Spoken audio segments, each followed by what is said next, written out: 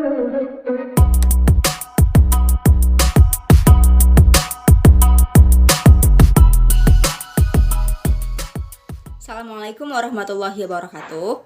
Nama saya Nisfiliana. Saya bersama teman-teman saya Rahmaniar dan Nailil Muna. Nah, di sini kami akan mempresentasikan tentang anatomi daun. Nah, langsung saja materi yang pertama akan dipaparkan oleh Rahmaniar. Assalamualaikum warahmatullahi wabarakatuh. Saya Rahmaniar. Saya akan menjelaskan tentang asal-usul daun dan perkembangan primordial daun. Yang pertama, terlebih dahulu saya akan menjelaskan tentang asal-usul daun.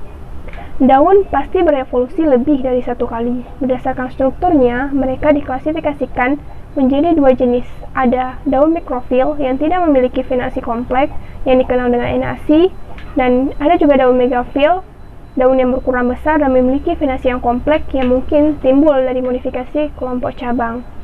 Ahli botani Jerman Walter Zimmermann menghipotesiskan serangkaian transisi perkembangan yang memungkinkan bentuk tanaman untuk tumbuh selama evolusi. Zimmermann ini dia mengemukakan dua teori. Yang pertama, ada teori telom, yang mana dia menyatakan daun megafil itu berkembang dari cabang lateral 3 dimensi tumbuhan darat pertama dalam 3 perubahan berurut. Yang pertama, ada overtopping, yang mana overtopping ini merupakan pembentukan cabang samping yang bersifat determinate. Kemudian yang kedua ada planation, perkembangan sistem percabangan yang rata atau pipih. Kemudian yang terakhir ada webbing, yang mana webbing ini merupakan penyatuan cabang-cabang yang tipis atau rata dan dengan perkembangan jaringan mesofil atau daging daun untuk membentuk helaian daun. Kalian bisa tengok di slide-nya bagaimana proses perubahan daun itu dari tahap overtopping, kemudian planation, kemudian sampai ke webbing. Teori telom ini telah mendapat banyak perhatian dari mereka yang tertarik pada evolusi daun. Contoh dari tumbuhan dari teori telom ini itu ada Rhinia, Psilopiton, Actinozilon, dan ada juga yang Archaeopteris. Yang kedua ada teori enasi atau enation theory, yang mana Zimmermann ini dia mengemukakan bahwa daun mikrofil itu berasal dari perkembangan bagian samping atau enasi batang. Selama evolusi, bagian samping batang tersebut terus melebar dan membentuk stomata. Awal pertumbuhan jaringan pengangkut absen, setelah itu muncul dari pangkal menuju ke ujung daun. Contoh tumbuhannya itu ada tumbuhan fosil Saudonia. Tapi, teori telom Zimmermann ini ternyata dia telah dikritik karena adanya banyak ketimpangan. Oke, sekian penjelasan dari saya saya akan menjelaskan tentang perkembangan primordial daun. Daun baru berkembang dari primordial daun yang dibentuk pada meristem apex. Setiap primordial daun terbentuk pada bagian panggul meristem apex pucuk. Ketika primordial baru terbentuk, primordial daun sebelumnya yang lebih tua telah melebar secara progresif sebagai akibat aktivitas meristem di dalam daun itu sendiri. Interval waktu antara pembentukan primordial daun sebelumnya dengan primordial daun berikutnya pada meristem apex disebut plastokron. Primordial daun pada tumbuhan dikotil biasanya terbentuk pada sebagian kecil dari diameter meristem apex pucuk. Sedangkan pada tumbuhan monokotil, primordial daun terbentuk dan berkembang pada sekeliling meristem apex pucuk. Jadi, daun dikotil yang sangat muda tampak berbentuk seperti pasak, sedangkan daun monokotil tampak seperti kerah baju yang menutupi seluruh apex pucuk. Bisa kita lihat dari gambar, itu yang A adalah gambar untuk dikotil, sedangkan yang B adalah gambar untuk monokotil. Primordial daun akan terus berkembang ukurannya secara beransur-ansur sehingga mencapai ukuran dan bentuk tertentu. Bertambahnya ukuran daun terjadi sebagai akibat bertambahnya jumlah sel yang diikuti dengan penambahan ukuran sel. Pembelahan sel berbeda-beda pada daerah tertentu dari meristem daun, sehingga terjadi aktivitas diferensial dari meristem daun yang menyebabkan terbentuknya bentuk-bentuk daun yang berbeda. Pada awal perkembangan daun, aktivitas meristem daun menyebabkan terjadinya perpanjangan sel. Perpanjangan daun berikutnya terjadi sebagai akibat aktivitas meristem interkalar. Pelebaran daun terjadi bila meristem tepi daun aktif melakukan pembelahan sel. Bila aktivitas meristem tepi tersebut terbatas hanya pada daerah-daerah tertentu saja, maka akan terbentuk daun yang berbagi menyirip atau majemuk menyirip. Jadi, pada dasarnya bentuk daun sangat tergantung dari perkembangannya, terutama pembelahan dan pembesaran sel. Selain itu, adanya kematian sel pada daerah-daerah tertentu selama perkembangan daun berlangsung juga dapat menentukan bentuk akhir dari suatu daun. Perkembangan daun seperti inilah yang merupakan dasar bagi terbentuknya basal daun, ujung daun, tepi daun, dan bentuk geometri daun yang berbeda-beda. Oke, sekian penjelasan dari saya. Penjelasan selanjutnya akan dijelaskan oleh... Nah, selanjutnya saya akan menjelaskan tentang histologi daun dikotil dan histologi daun monokotil. Histologi daun dikotil biasanya tipe daunnya yaitu dorosi ventral, yaitu bagian atas dan bawahnya itu berbeda secara morfologi. Nah, pada diagram pertama, histologi daun dikotil yaitu adanya meristem marginal. Meristem marginal ini membelah ke arah luar bentuk jaringan marginal dan membelah ke arah dalam bentuk jaringan submarginal. Jaringan marginal membentuk dua lapisan, yaitu adaksial protoderm dan abaksial protoderm. Kemudian adaksial protoderm ini berkembang lagi membentuk adaksial epidermis atau disebut dengan bagian epidermis bagian atas, dan abaksial protoderm berkembang lagi membentuk abaksial epidermis atau epidermis bagian bawah. Nah, selanjutnya pada jaringan submarginal yaitu membentuk dua lapisan, yaitu adaxial layers dan abaxial layers. Adaxial layers membentuk palisade parenkima atau jaringan palisade satu lapis. Kemudian pada lapisan bawah atau abaxial layers berkembang bentuk abaksial spongy mesofil dan berkembang lagi membentuk lapisan tengah atau middle layers. Middle layers ini juga berkembang lagi membentuk prokambium, dan prokambium ini membelah membentuk berkas pengangkut, dan lapisan tengah ini juga berkembang membentuk middle spongy mesofil. Nah, selanjutnya diagram yang kedua masih tentang histologi daun dikotil. Nah, di sini kita bisa melihat adanya meristem marginal yang membelah ke arah luar bentuk jaringan marginal dan membelah ke arah dalam bentuk jaringan submarginal. Jaringan marginal bentuk dua lapisan, yaitu adaksial protoderm dan abaksial protoderm. Adaksial protoderm ini membentuk lagi adaksial epidermis atau epidermis bagian atas, dan abaksial protoderm membentuk lagi abaksial epidermis atau epidermis bagian bawah. Nah, pada jaringan submarginal yaitu terbentuknya tiga lapisan, yaitu ada adaxial layers, middle layers, dan abaxial layers.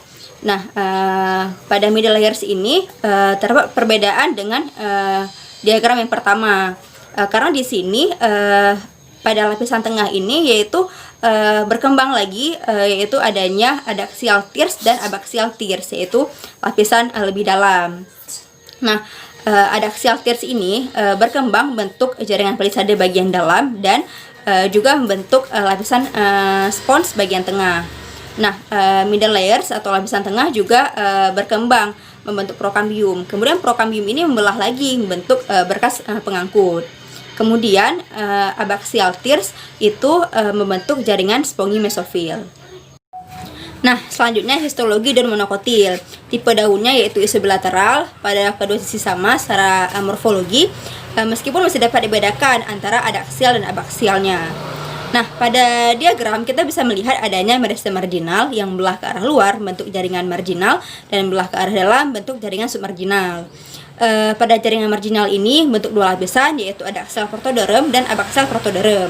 Adaksial protoderm membentuk adaksial epidermis atau epidermis bagian atas, dan abaksial protoderm membentuk abaksial epidermis atau epidermis bagian bawah.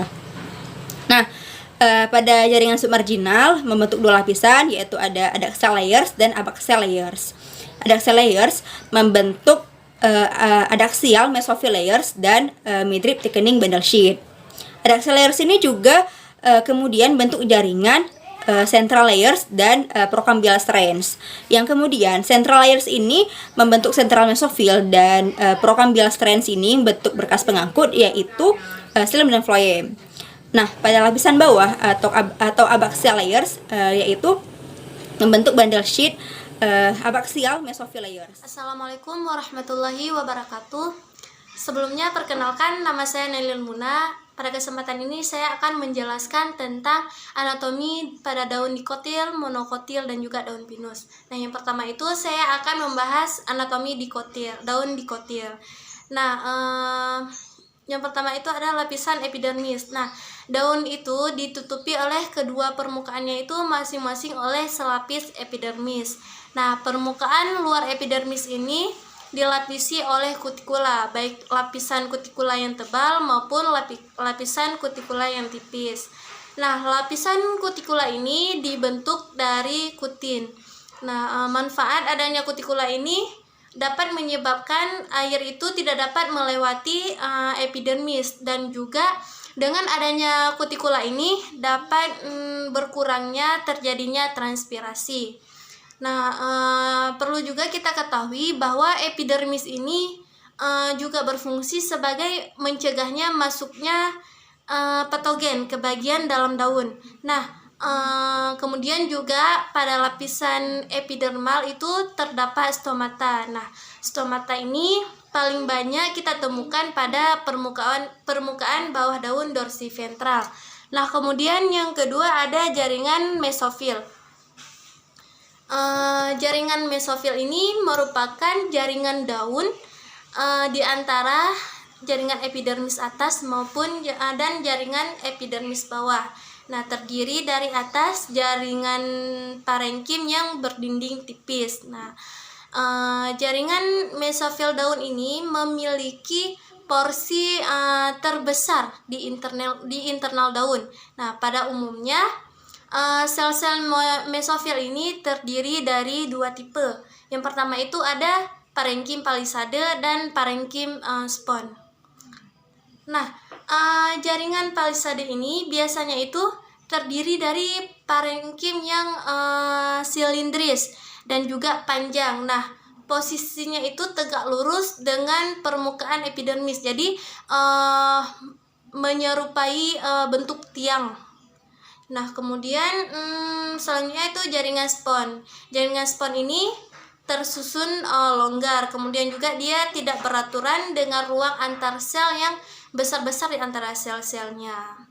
Nah, berikut gambar dari jaringan dari anatomi daun dikotil. Ini merupakan gambar dari anatomi daun dikotil. Nah, seperti yang kita tahu ya, pada permukaan daun itu biasanya bagian permukaan atasnya itu lebih mengkilap dibandingkan permukaan bawah. Kenapa? Karena pada permukaan atas daun itu terdapat lapisan kutikula atau lapisan lilin.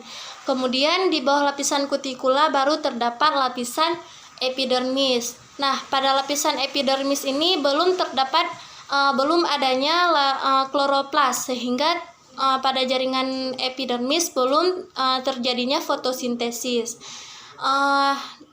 Di bawah lapisan epidermis, di situ ada lapisan mesofil. Nah, lapisan mesofil ini terdiri dari parenkim palisade, parenkim spon, dan juga jaringan pengangkut. Nah, kemudian di bawah baru terdapat epidermis bawah, dan juga terdapat stoma. Nah, kemudian anatomi daun monokotil sama juga dengan halnya anatomi daun dikotil. Pada monokotil juga terdapat dua lapisan epidermis. Nah, masing-masing di permukaan atas dan bawah. Sel-sel yang membentuk jaringan epidermis atas dan atas daun berbeda dengan jaringan epidermis yang di bawah. Nah, jaringan epidermis atas ini terdiri dari kutikula, dan stomatanya itu diapit oleh sel-sel penjaga atau sel-sel penutup. Nah, sedangkan pada bagian bawah memiliki dinding sel yang lebih tipis, dan juga lapisan kutikulanya lebih sedikit. Kemudian penyusunan daun monokotil ini tidak jauh berbeda dengan daun dikotil, tetapi ada beberapa penyusun jaringan memiliki bentuk yang berbeda. Nah, pada jaringan mesofil daun monokotil itu tidak jelas dibedakan palisade dan parenkim sponnya, tetapi sel-sel yang berada di sebelah lapisan epidermisnya itu sedikit lebih panjang, kemudian sedangkan sel-sel daerah mesofil pusatnya itu lebih berbentuk oval dan juga tidak teratur. Nah, kemudian anatomi daun pinus. Nah, pada daun pinus, jaringan epidermisnya itu terdapat pada hipodermis. Nah, kemudian juga mesofilnya itu berasal dari sel parenkim dan juga berisi kloroplas. Kemudian juga berkas pembuluhnya itu tunggal atau dua berkas berdampingan, dan juga terdapat pada bagian tengah daun yang dikelilingi oleh jaringan transfuse. Nah, kemudian selanjutnya perbedaan anatomi daun pada daun dikotil, monokotil, dan juga daun pinus. Pada daun dikotil ini dia mesofilnya itu berada di bagian epidermis atas dan bawah, nah serta permukaan atas daunnya. Kalau mesofilnya itu seperti yang kita jelaskan tadi, mesofil pada daun dikotil itu jelas kita dapat dibedakan menjadi jaringan palisadenya dan juga jaringan parenkisponnya. Kemudian stomatanya itu dijumpai di bagian permukaan atas dan permukaan bawah daun. Nah, jaringan epidermisnya itu dari satu lapis sel. Nah, letaknya itu menyusun lapisan permukaan atas dan bawah. Nah, sedangkan pada daun monokotil dia mesofilnya itu berada di bagian cekungan antara urat dengan daun. Nah, pada jaringan mesofil itu dia tidak jelas dibedakan menjadi jaringan palisade dan juga parenkispon. Akan tetapi pada daun monokotil ini sel-selnya itu berada tepat di sebelah lapisan epidermis, yaitu sedikit lebih panjang. Kemudian pada daun monokotil ini stomatanya itu dapat kita jumpai dengan berderet di bagian urat daunnya.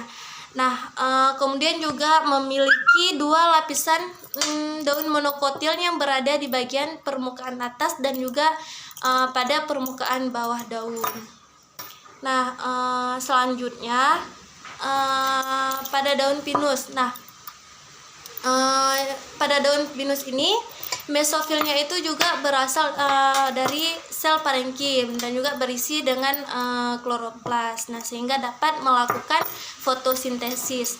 Nah, pada daun pinus ini stomatanya itu terdapat di semua sisi daun, berbeda dengan daun monokotil. Nah, daun monokotil tadi stomatanya itu dapat kita jumpai dengan berderet di antara bagian urat daun. Nah, sedangkan pada daun dikotil stomatanya itu dijumpai di bagian permukaan atas maupun permukaan bawah daun. Nah, kemudian sel yang pada sel berdinding tebal ditutupi oleh kutikula. Nah, sekian penjelasan dari saya. Selanjutnya saya kembali kepada moderator. Inilah materi tentang anatomi daun yang bisa kami paparkan. Sekian dari kami, lebih dan kurang kami mohon maaf. Kami akhiri. Assalamualaikum warahmatullahi wabarakatuh.